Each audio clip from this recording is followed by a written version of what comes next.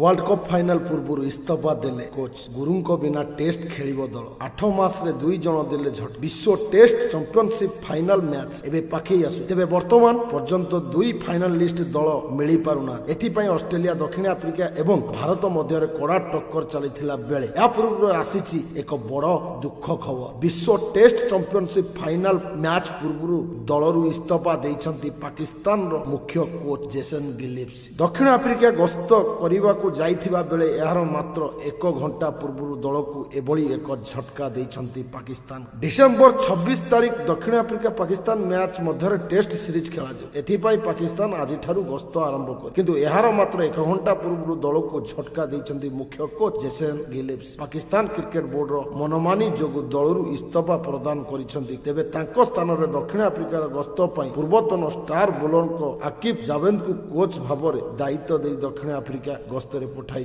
PC चलित वर्ष April मासरे गिलिप्स दलर कोच भाबरे दायित्व ग्रहण करिथिबा बेले वर्तमान से एही पदरु इस्तफा प्रदान करिसंती या सहित पाकिस्तान 4 वर्ष मध्य 6 जन कोच परिवर्तन करिछि पाकिस्तान क्रिकेट दलर असिस्टेंट कोच स्टीव निल्सन को दलरु बाद देबा पई निष्पत्ति नेइथिले ऑस्ट्रेलिया सीरीज पर तांकर कार्यकलाप शेष होइतिबा बेले याकु वृद्धि कराई नथिला पीसी तेबे बोर्ड रो एपरि निष्पत्ति को नै खूब नाराज रहिथिले गिलिप्स आ व्यतीत बोर्ड रो आहुरी किछि निष्पत्ति मध्य गिलिप्स को निराश करिथिले इंग्लैंड विपक्ष घरे टेस्ट सीरीज समय दलर चयन गिलिप्स को भूमिका को मध्य शेष करिथिला पीसीबी तेणु गिलिप्स आज दलर कोच पदवी इस्तफा देथिबा पाकिस्तान क्रिकेट बोर्ड रो पक्षरु पोस्ट करा जाय जदि तेबे मो चैनल आपन को एई बेला आहुरी नुवा नुवा खबर पाइबा पय मो चैनल को आपन लाइक शेयर सब्सक्राइब करियो जमार भूलन जय जगन्नाथ।